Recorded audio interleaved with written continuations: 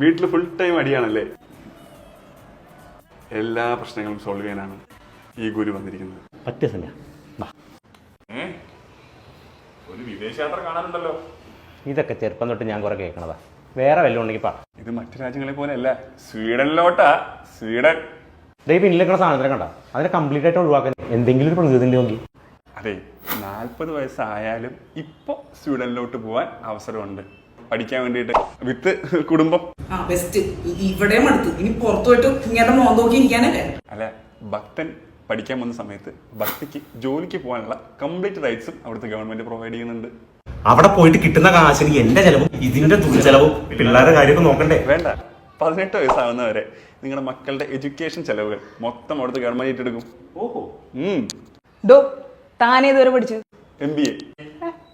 ഇയാളൊക്കെ degree backlog അടിച്ച് കിടക്കാണ്. ഇയാളൊക്കെ ആര് കോളേജിൽ കയറ്റാനാണ്? ബാക്ക്ലോഗ് ഉള്ളവർക്കും അപ്ലൈ ചെയ്യാം. അപേക്ഷിക്കുന്നവരെ ഉപേക്ഷിക്കാത്ത രാജ്യമാണ് സ്വീഡൻ. കൊള്ളാലോ. അല്ല, ശരിക്കും താനാരാ? ഇത്തരം സൗകര്യങ്ങൾ മൊത്തം ചേർക്കുന്ന ഒരു കമ്പനിയുടെ മാർക്കറ്റിംഗ് മാനേജറാണ്. അപ്പോൾ എത്രയും പെട്ടെന്ന് സ്വീഡനിലോട്ട് പഠിക്കാൻ പോകോളും. നല്ല സമയമാണ്.